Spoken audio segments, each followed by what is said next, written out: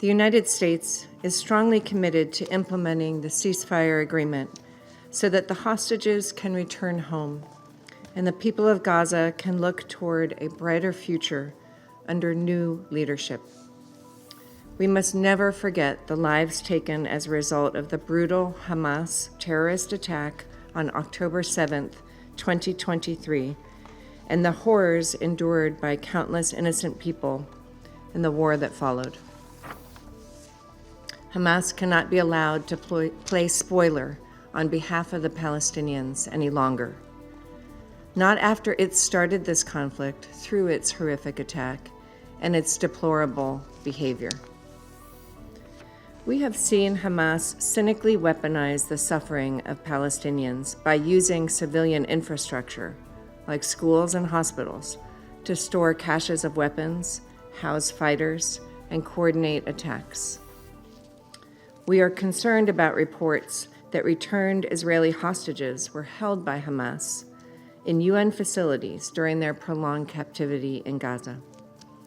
It is vital for a full and independent investigation to assess these very serious allegations. Unfortunately, this follows a pattern of serious allegations on the misuse of UN facilities, particularly UNRWA facilities, by Hamas terrorists. Today's briefing focuses on Israel's laws, set to go into effect on January 30th, that may impact UNRWA activities and prohibit contact between Israeli officials and UNRWA.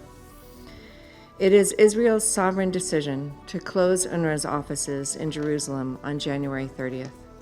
The United States supports the implementation of this decision. UNRWA exaggerating the effects of the laws and suggesting that they will force the entire humanitarian response to halt is irresponsible and dangerous. What is needed is a nuanced discussion about how we can ensure that there is no interruption in the delivery of humanitarian aid and essential services.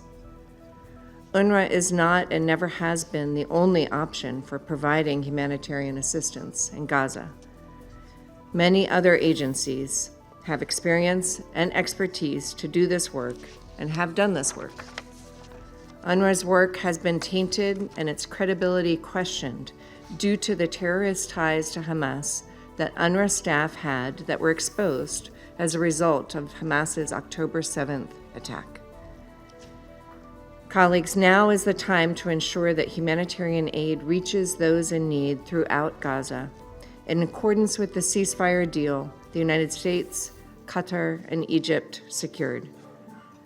We urge countries to support this effort through additional funding and resources to help quickly scale up and distribute much-needed humanitarian aid. We must ensure Hamas or other terrorist groups are not permitted to seize, divert, or profit from this assistance, and that if it does so, it is reported immediately and held accountable. Gaza must be fully demilitarized to provide a brighter future for the Palestinian people. Hamas should have no role in its governance.